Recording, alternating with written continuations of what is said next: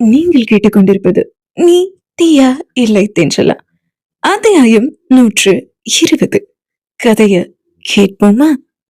அப்பாடி, இன்னைக்கு என்னமா மழை பெய்யுது? ஏசிய ஆஃப் பண்ணிடுவோமா? இன்னைக்கு ஊரே ஏசி போட்ட மாதிரி தானே இருக்கு என்று ஒரு பணிப்பெண் சொல்ல, சரி ஆஃப் பண்ணிடுவோம் என்று சீதாவின் பொட்டிக்கில் வேலை செய்து கொண்டிருந்த இன்னொரு பணிப்பெண் ஏசியை ஆஃப் செய்தாள். அன்று சீதா தன் பொட்டிக்கின் மாடியில் தன் டிசைனிங் அறையில் நின்று புதிய டிசைன் ஒன்றை வரைந்து கொண்டு நின்றிருந்தாள். அவள் அறையின் கண்ணாடி வழியாக பார்த்தால் பாதி பெங்களூரு தெரியும். தனது புது டிசைனை அழகாக வரைந்து முடித்தவள் பலமான இடி சத்தம் கேட்கவும் வெளியே எட்டி பார்த்தாள். சோவென மழை பெய்து கொண்டிருந்தது. அப்படியே அங்கிருந்த சோபாவில் அமர்ந்தவள் பிளாஸ்கில் இருந்த காஃபியை கப்பில் ஊற்றிக்கொண்டு காஃபியை குடித்தபடியே மலையை ரசித்துக் கொண்டிருந்தாள்.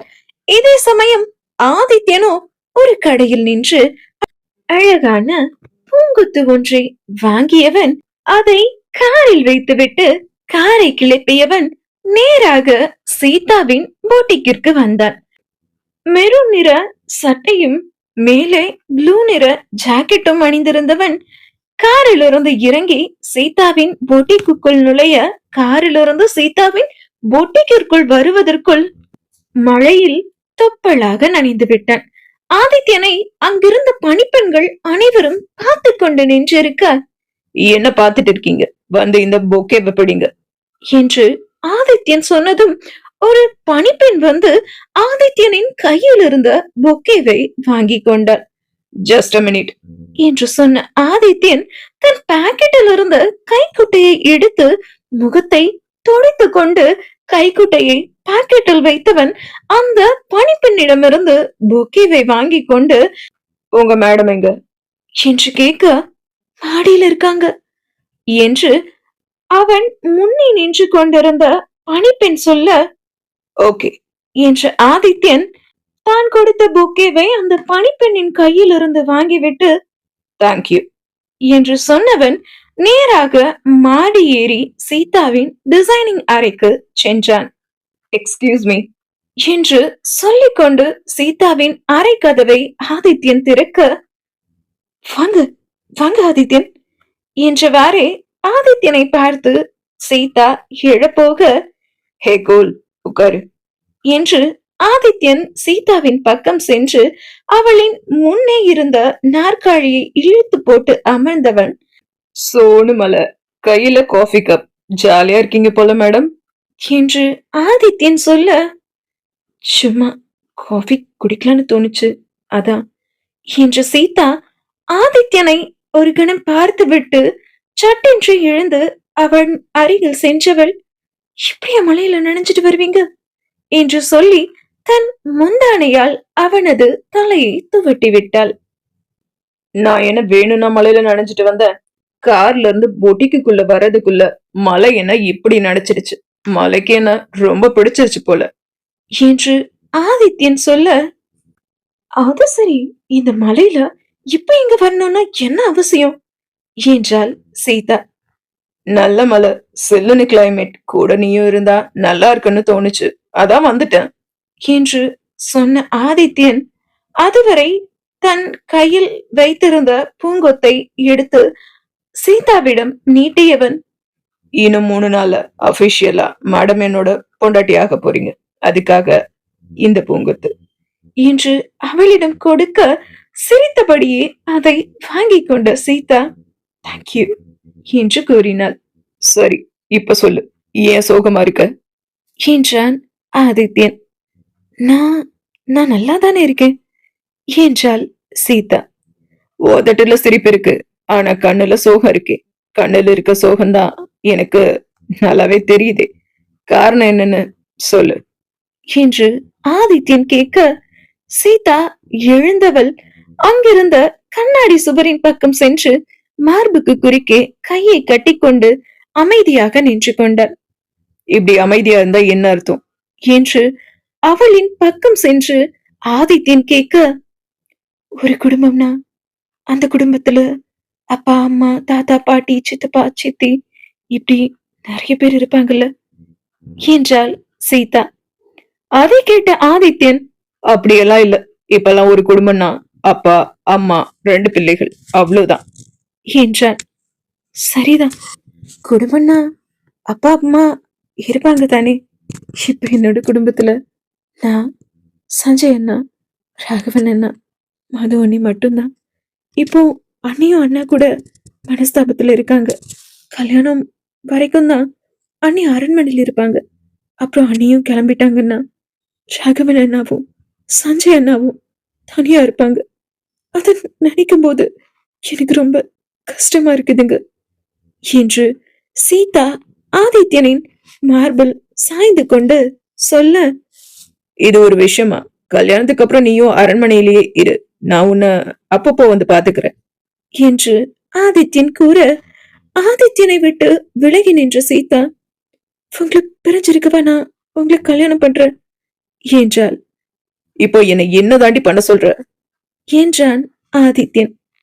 நான் சொல்றது நடக்குமான்னு தெரியல, பட் நடந்தா நல்லா இருக்குன்னு தோணுது. கல்யாணத்துக்கு அப்புறம் நீங்களும் சாத்விகாவும் சௌந்தர்யா அம்மாவும் நம்ம வீட்டுக்கே வந்துருங்க. நம்ம கல்யாணத்துக்கு அப்புறம் சஞ்சய் அண்ணாவுக்கும் திவ்யா அண்ணிக்கும் சாத்விகாவுக்கும் வாசு அண்ணாவுக்கும் ஒரே மேடையில கல்யாணம் பண்ணி வச்சு, வாசு அண்ணா, சாத்விகா, அதுக்கப்புறம் வேதாச்சலம் அங்கிள், அப்புறம் மது அண்ணி, கிருஷ்ணமூர்த்தி அங்கிள் எல்லாரும் ஒரே வீட்டுல சந்தோஷமா இருப்போம். நினைச்சு பாருங்க, நம்ம எல்லாரும் ஒரே வீட்டுல இருந்தா எவ்வளவு ஜாலியா இருக்கும் என்று சீதா சொல்ல, ஓகே இருந்தா சந்தோஷமா இருக்கும் தான், பட் இது நடக்க வாய்ப்பு இருக்கா?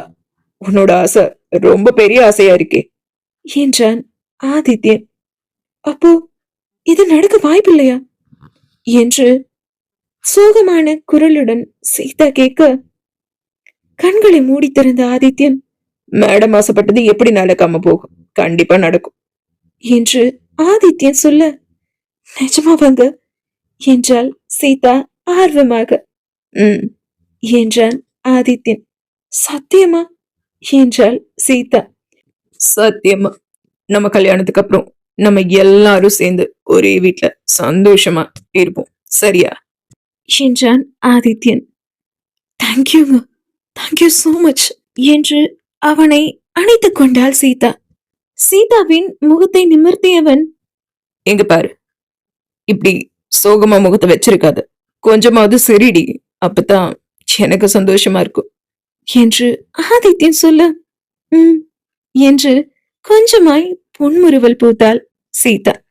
தான் ஆசைப்பட்டதையெல்லாம் நிறைவேற்றும் ஆண்கள் பெண்களுக்கு கணவராய் கிடைப்பது, வாழ்க்கை துணையாய் கிடைப்பது ஒரு வரம்தான். அந்த வரம் சீதாவுக்கு கிடைத்திருந்தது. இதே சமயம் வாசுவோ ராகவன் வீட்டு சார்பாக சௌந்தர்யாவுக்கும் சாத்விகாவிற்கும் எடுத்த ஆடைகள், நகைகள், அப்புறம் பத்திரிகைகள் இவற்றையெல்லாம் எடுத்துக்கொண்டு ஆதித்யன் பங்களாவுக்கு சென்றிருந்தான். ஆதித்யன் பங்களாவின் முன் காரை நிறுத்தியவன், அம்மாடி என்ன மழை பெய்யுது, இந்த வருஷத்தோட பெரிய மழை இதுதான் போல, புது மழை வேற, நனைஞ்சோன்னா நிச்சயமா காய்ச்சல் வரும், கொடையை விரிச்சு நம்மள காப்பாத்த வேண்டியதுதான் என்று நினைத்தவன் காரில் இருந்த குடையை தேடி எடுத்து தன் மீது மழை நீர் படாது பங்களாவின் கேட்டை திறந்து உள்ளே சென்றான். அவன் நினைத்தது போலவே ஒரு சொட்டு மழை நீர் கூட அவன் மேல் படவில்லை. பங்களாவுக்குள் சென்றவன் காலிங் பெல்லை அழுத்தினான். வெகு நேரம் ஆகியும் யாருமே வரவில்லை. வீட்டுல யாருமே இல்லையோ என்றவன் சாத்விகாவிற்கு போன் செய்தான். ஆனால் சாத்விகா ராகவன் அழைப்பை எடுக்கவில்லை. வீட்டுல யாரும் இல்ல போல என்று நினைத்தவன் திரும்பி போக கால் எடுத்து வைக்க கதவு அந்நேரம் திறக்கப்பட்டது. கதவு திறக்கும் சத்தம் கேட்டு திரும்பினான் வாசு. இரவு உடையில் சாத்விகா உடலெல்லாம் தொப்பலாக நனைந்தபடி அவன் முன்னே நின்றிருந்தாள். அவளை பார்த்த வாசு அதிர்ச்சியாகி நிற்க, வாசுவை எதிர்பார்க்காத சாத்விகா, மிஸ்டர் வாசுச்சந்திரன் நீங்களா என்றார். நானேதான். என்னடி இது, வெளியில இருந்து வர நானே ஒரு சொட்டு மழை தண்ணி கூட படாம வரேன், வீட்டுக்குள்ள இருக்க நீ இப்படி தொப்பலா நனைஞ்சிருக்க என்று கேட்க, ஓ அதுவா, வீட்ல அண்ணாவும் அம்மாவும் இல்ல. 2 பேரும் வீட்ல இருந்தா என்ன மழையில நனைய விட மாட்டாங்க. அதான் அவங்க வீட்ல இல்லாத போது கொற்ற மழையில பயங்கரமா ஆட்டம் போட்டேன். அதோட ரிசல்ட் தான் இது. சரி, நீங்க உள்ள வாங்க என்று வாசுவை உள்ளே அழைத்தாள் சாத்விகா. இல்ல, நான் உள்ள வரல.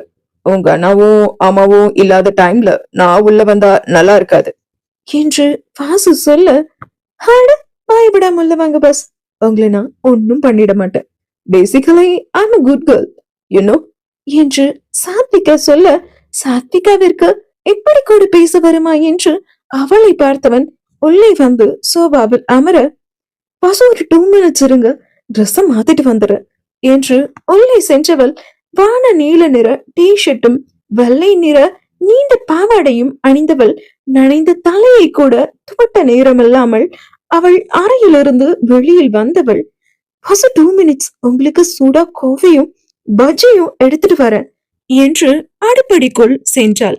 வாசு எழுந்து அந்த வரவேற்பறையில் ஷோகேஸில் இருந்த அவளுடைய புகைப்படங்களை எல்லாம் பார்த்து கொண்டிருந்தான். எப்பொழுதும் போலவே குழந்தையாக இருந்த போதும் அழகாகவே இருந்தாள் சாத்விகா. என்ன, இப்போது அவளுக்கு ஒல்லியான தேகம், சிறு வயதில் குண்டு குண்டு கண்ணங்களோடு கொழு கொழுவென இருந்தாள் சாத்விகா. அடுப்படிக்குள் சென்ற சாத்விகா அடுத்த 10 நிமிடத்தில் சூடான காஃபியோடும் பஜ்ஜியோடும் வந்தாள். ஷோகேஸில் தனது புகைப்படங்களை எல்லாம் பார்த்து கொண்டிருந்த வாசுவின் பக்கம் சென்ற சாத்விகா, "வாசு, வாங்க, டீயும் காஃபியும் ரெடி" என்று சாத்விகா சொல்ல, "குழந்தையா இருக்கும்போது நீ ரொம்ப அழகா இருந்திருக்கு, கொழு கொழுன்னு" என்றபடியே வாசு சோபாவில் வந்து அமர, அந்த 3 ஆள் சோபாவில் வாசு ஒரு புறம் அமர்ந்திருக்க, சாத்விகா மறுபுறம் அமர்ந்திருந்தார். "சின்ன வயசுலதான் நான் அழகா இருந்தனா, இப்போ இல்லையா?" என்று சாத்விகா சிறு கோபத்துடன் கேட்க, "பதில் சொல்லிதான் ஆகணுமா?" என்றான் வாசு. "ஆமா" என்றாள் சாத்விகா. "குட்டி கண்ணு, மிளகா மூக்கு, ஸ்ட்ராபெரி லிப்ஸ், சங்கு கழுத்து, அப்புறம்" என்று வாசு ஏதோ சொல்ல வர, அவன் பார்வை போகும் போக்கை பார்த்து விட்டு, "போதும் போதும் போதும், காஃபியை குடிங்க" என்றாள் சாத்விகா. அவள் சொன்ன தோரணையை பார்த்து இதழுக்குள் சிறுபை அடக்கிய வாசு காஃபியை அருந்துவிட்டு பஜ்ஜியையும் சுவைத்தான். கூடவே அவளையும் ரசித்தான். ஈரம் சுட்டும் கூந்தலோடு நடுங்கியவாறே அவள் தயாரித்த காஃபி இருந்த கப்பை அணைத்து இரு கையாலும் பிடித்தபடி காஃபியை குடித்துக் கொண்டிருந்தவளை கண்ணு வைக்காமல் ரசித்துக் கொண்டிருந்தான் வாசு. யாருமில்லாத அந்த பங்களாவில் வாசுவிற்கும் சாத்விகாவிற்கும் தனிமை கிடைத்திருக்கிறது. வாசுவின் மனம் பக்கத்தில் இருக்கும் சாத்விகாவை பார்க்க, அவனது மனமோ கடிவாளம் இல்லாத குதிரையை போல தறி கெட்டு ஓட ஆரம்பித்திருந்தது. "வாசு, இதுக்கு மேல நீங்க இருந்தனா நல்லா இருக்காது, கிளம்பு" என்று நினைத்தவன் அவசரமாக காஃபியை குடித்துவிட்டு எழுந்தான். "என்ன வாசு, கிளம்ப போறீங்களா?" என்றாள் சாத்விகா அவன் எழுந்ததை பார்த்துவிட்டு.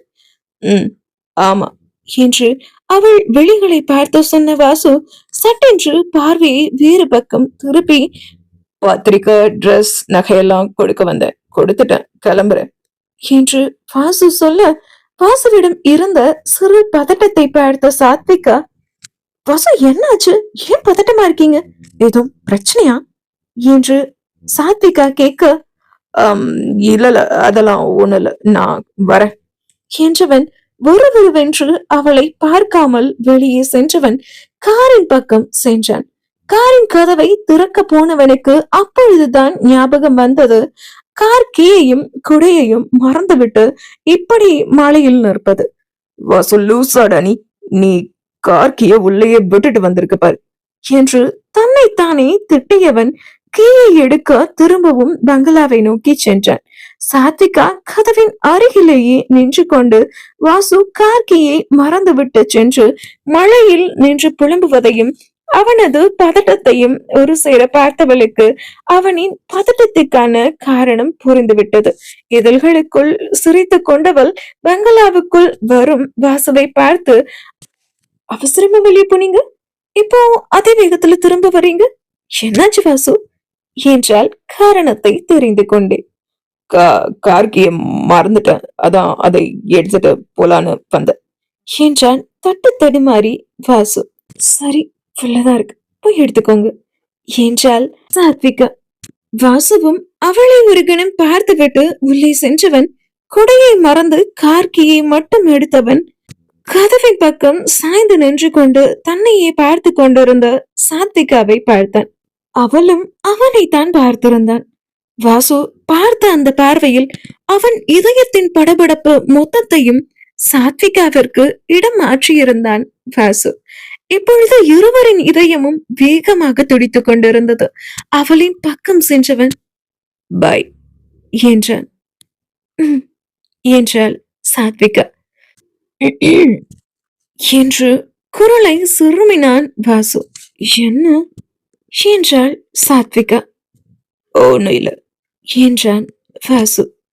ஒண்ணுமே இல்லையா என்றாள் சாத்விகா. இருக்கு என்று அவளின் பக்கம் நெருங்கி சென்றவன் அவனின் வலது கையை சாத்விகாவின் ஒரு புறம் ஊன்றி அவளுக்கு மிக அருகில் நெருங்கி சென்றான் வாசு. சாத்விகாவிற்கு இதயம் வேகமாய் துடிக்க மூச்சு வாங்க நின்றிருந்தவளின் அருகே இன்னும் நெருங்கி வாசு செல்ல கண்களை இறுக்கமாய் மூடிக்கொண்டாள் சாத்விகா. அவளின் நெற்றியில் இருந்த பொட்டு கழுத்தில் இருந்தது. வாசுவின் விரலால் அவளின் கழுத்தை அவன் தொடவும் வாசுவின் கையை பிடித்தாள் சாத்விகா. கையை பிடித்து கண்ணை திறந்தவள் வாசுவை பார்த்தாள். எச்சிலை கூட்டி விழுங்கியபடியே. என்னடி என்றான் வாசு. என்ன பண்றீங்க என்றாள் சாத்விகா. பொட்டு பொட்டு என்று அவன் சொல்ல புரியாமல் அவனை பார்த்தாள் சாத்விகா. உன்னெத்தியில் இருக்க வேண்டிய பொட்டு மாறி கழுத்துல இருக்கு, அதான் என்று வாசு தன் விரலில் இருந்த பொட்டை காட்ட, எவ்வளவுதானா என்று பெருமூச்சு ஒன்றை விட்டாள் சாத்விகா. என்ன இவ்வளவுதானா என்றான் வாசு. ஒண்ணுல என்றாள் சாத்விகா. ஒண்ணுமே இல்லையா என்றான் வாசு. என்றாள் சாத்விகா. ஏனவும் என்ன நினைச்ச சொல்லு, ஏதோ என்னை பத்தி தப்பா தானே நினைச்ச என்று வாசு கேட்க, இல்ல அதுல ஒன்னும் இல்ல என்று வேகமாக ஆரம்பித்த அவளது குரல் நலிந்து ஒலிக்க, தெரியுதுடி தெரியுது, நல்லா தெரியுது நீ என்ன நினைச்சிருக்கன்னு நல்லா தெரியுது, ரொம்ப கெட்டு போயிட்டடி, நீ ரொம்ப கெட்டு போயிட்ட என்றான் வாசு. அப்படியெல்லாம் நான் எதுவும் நினைக்கல, நீங்க நினைக்கிற மாதிரி. அம்மா அண்ணா இல்லாத சமயம் நீங்க எங்க இருக்கிறது நல்லா இல்ல, கிளம்புங்க என்று சாத்விகா சொல்ல, நான் சொன்ன டைலாக் எனக்கேவா என்றான் வாசு. ஆமா கிளம்புங்க என்றாள் சாத்விகா.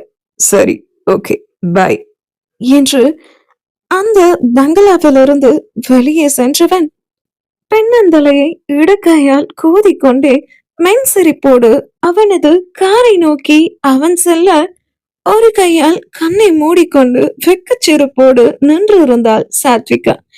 பக்கம் சென்ற வாசு தன் இரு கைகளையும் வானை நோக்கி நீட்டி விரித்து கண்களை மூடி மலையில் நனைந்தான், சிரித்தான். திரும்பவும் பங்களாவின் பக்கம் திரும்பி விகா என்று வாசு அழைக்க சாத்விகாவும் எட்டி பார்த்தாள். ஐ லவ் யூ என்று அவன் சொல்ல, மீ டூ என்றாள் சாத்விகா. அதன் பிறகு என்ன, தன் காரை எடுத்துக்கொண்டு கிளம்பி விட்டான் வாசு. மலைக்கு பயந்தவனை இந்த காதல் மலையில் நனைந்து அந்த மலையை ரசிக்க வைத்து விட்டது. இதே சமயம் திவ்யாவோ ராகவனின் அலுவலகத்தில் தன் அறையில் லேப்டாப்பில் வேலை பார்த்து கொண்டிருந்தவளின் காதல் இரண்டு குருவிகளின் சத்தம் கேட்க சத்தம் வந்த திசையை நோக்கி திரும்பினாள் திவ்யா. அவள் அறையின் ஜன்னல் கம்பியில் 2 சிட்டு குருவிகள் மழைக்கு ஒதுங்கி நின்று கொண்டிருந்தது. அந்த குருவிகள் இரண்டும் தன் அழகால் ஒன்றை ஒன்று கொஞ்சிக் கொண்டிருந்தது. பெய்து கொண்டிருந்தது நல்ல மழை. அந்த மழையின் சத்தத்தை தாண்டி கேட்கும் இந்த குருவிகளின் கொஞ்ச சத்தம், அதை ரசித்துக் கொண்டே அமர்ந்திருந்தவளுக்கு சஞ்சயின் ஞாபகம் வர, மிஸ்டர் சஞ்சய் சாருக்கு வேலைக்கு நடுவுல என்ன நினைக்க கூட நேரம் இல்ல. ஆனா எனக்கு அந்த ராசாவை நினைச்சிட்டே இருக்கிறதுனால வேலையே செய்ய முடியல. என்னதான் பண்ணிட்டு இருப்பான் இந்த சஞ்சய் என்று திவ்யா தனக்குத்தானே பேசிக் கொண்டிருக்கையில் அவளின் கதவை திறந்து உள்ளே வந்தான் சஞ்சய். அவன் கதவை திறந்து வரும் சத்தத்தில் சிட்டுக்குருவிகள் எங்கு பறந்து விடுமோ என்று பயந்த திவ்யா, "டே, மெதுவா வாடா, கதவை மெதுவா திறந்துட்டு வரமாட்ட" என்று மெதுவான குரலில் பேசிய திவ்யாவின் பக்கம் வந்தவன், "எப்பவும் போலதானே கதவை திறந்துட்டு வந்த, இப்போ என்ன?" என்று சஞ்சய் கேட்க, "அங்கு பாரு" என்று திவ்யா கண்ணை காட்ட, சஞ்சயும் திவ்யா கண்ணை காட்டிய பக்கம் திரும்பி பார்த்தான். அங்கு 2 சிட்டுக்குருவிகள் கொஞ்சிக் கொண்டிருப்பதை பார்த்த சஞ்சய், "அடி பாவி, அவங்க 2 பேரும் ரொமான்ஸ் பண்றத நீ பார்த்ததே தப்பு, என்னையும் பார்க்க சொல்ற, பேட் கேர்ள்" என்றான் சஞ்சய். "யாரு, நான் பேட் கேர்ளா?" என்று குரல் உயர்த்தி திவ்யா சீர, "மெதுவா பேசுடி, குருவி எல்லாம் பறந்துட போகுது" என்று சஞ்சய் சொல்ல, "இப்ப எதுக்கு சார் இங்க வந்தீங்க?" என்றாள் திவ்யா மெதுவான குரலில். "அப்படி கேளு, சொல்றேன். நாம 2 பேரும் இப்போ வெளியே போறோம், கிளம்பு" என்றான் சஞ்சய். "இது ஆபீஸ் டைம், நான் வரமாட்டேன்" என்றாள் திவ்யா. "மேடம், வாட்ஸ்அப்பை செக் பண்ணலையா? பயங்கரமான மழை பெய்யறதால ஆனா ஹாஃப் டே ஆபீஸ்ல இருக்க எல்லாருக்கும் லீவ் விட்டுட்டாரு" என்று சஞ்சய் சொன்னதும், "ஓ அப்படியா, சரி, ஓகே, எங்க போகணும்?" என்று திவ்யா கேட்க, "அது சர்ப்ரைஸ், கிளம்பு போலாம்" என்றான் சஞ்சய். "சரி, வர" என்று சஞ்சயோடு கிளம்பினாள் திவ்யா. சஞ்சயின் கார் கிளம்பியதும், "சஞ்சய், நல்ல மழை பெய்யுது, சில்லுன்னு கிளைமேட், அதனால" என்று திவ்யா இழுக்க, "அதனால" என்று தன் இதழ்களை ஈரப்படுத்திக் கொண்டு ஆர்வமாக கேட்டான் சஞ்சய். "அதனால நான் கொஞ்ச நேரம் தூங்கணும், இறங்க வேண்டிய இடம் வந்ததும் சொல்லு" என்று திவ்யா சொல்ல, அவள் இப்படி சொன்னதை கேட்டதும் சஞ்சய்க்கு கொஞ்சம் ஏமாற்றமாகிவிட்டது. இருந்தும் அந்த ஏமாற்றத்தை முகத்தில் காட்டாமல், "நீ தூங்கணும், அவ்வளவுதானே, தூங்கு தாயே, தூங்கு" என்றான் சஞ்சய். அவனின் முகத்தை பார்த்த திவ்யா, "நான் தூங்குறேன்னு சொன்னதுக்கு உன் முகம் ஏண்டா இப்படி போகுது, தூங்குறது தப்பா?" என்றாள் திவ்யா. "தப்பே இல்ல, தூங்கு" என்றான் சஞ்சய் கொஞ்சம் வெறுப்பு கலந்த குரலில். "ஓகே, குட் ஆஃப்டர்நூன்" என்றாள் திவ்யா. "எது குட் ஆஃப்டர்நூனா?" என்றான் சஞ்சய். "ஆ, ஆமா, நைட் தூங்குறதுக்கு முன்னாடி குட் நைட்னு சொல்லுவாங்க, இப்போ ஆஃப்டர்நூன் தானே, அதான் தூங்குறதுக்கு முன்னாடி குட் ஆஃப்டர்நூன் சொன்னேன்" என்று திவ்யா சொல்ல, "ஓஹோ, நீ செம்ம பிரில்லியன்ட் திவ்யமா, செம்ம பிரில்லியன்ட், இன்னும் ஏன் முழிச்சிட்டு இருக்க, தூங்கு" என்று சஞ்சய் மீண்டும் ஒருவித வெறுப்போடு சொல்ல, "ஓகே, குட் ஆஃப்டர்நூன்" என்று சொல்லிவிட்டு திவ்யா உறங்க ஆரம்பித்தார். அடுத்த 30 நிமிட பயணத்தில் சஞ்சயின் கார் வேதாச்சலத்தின் மருத்துவமனை முன் நின்றது. தூங்கிக் கொண்டிருந்த திவ்யாவை எழுப்பினான் சஞ்சய். "தேவிமா, தேவிமா, நம்ம இறங்க வேண்டிய இடம் வந்தாச்சுமா, எழுந்திரிங்க" என்று ஒரு குழந்தையை எழுப்பது போல கண்டலோடு சஞ்சய் திவ்யாவை எழுப்ப, கண்களை தேய்த்தபடியே எழுந்த திவ்யா வெளியே பார்த்தாள். கற்பகம் மருத்துவமனை என்ற பெயர் பலகையை பார்த்ததும், "சஞ்சய், நம்ம எங்கதுக்கு வந்திருக்கோம்?" என்றாள் திவ்யா. "அது சொல்றேன், பட் ஷாக் ஆக கூடாது" என்றான் சஞ்சய். அப்படி என்னதான் திவ்யாவிடம் சஞ்சய் சொல்ல போகிறான் என்பதை நாம் அடுத்த அத்தியாயத்தில் பார்க்கலாம் மக்களே. இந்த கதை உங்களுக்கு பிடிச்சிருந்தா மறக்காம லைக் பண்ணிட்டு கமெண்ட்ல இந்த கதை எப்படி இருக்குன்னு சொல்லுங்க. அப்படியே உங்க ஃப்ரெண்ட்ஸ் ஆடியோ நாவல்ஸ் கேட்பாங்க அப்படின்னா நம்ம கதையை அவங்களுக்கு நீங்க ஷேர் பண்ணி விடுங்க. தேங்க்யூ மக்களே, பபாய். மீண்டும் அடுத்த அத்தியாயத்தில் சந்திப்போம்.